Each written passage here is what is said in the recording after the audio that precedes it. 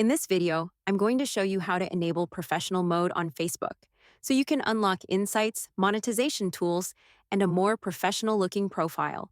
Let's get started. First, open Facebook on your computer or phone and make sure you're logged into your account.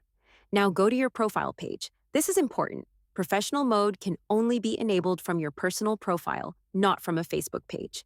Once you're on your profile, scroll down a little until you see the section with your posts. On the right side, you should find a button that says Off or More. Click on that. A menu will appear, and in that menu, you should see an option that says Turn on Professional Mode. Go ahead and select it.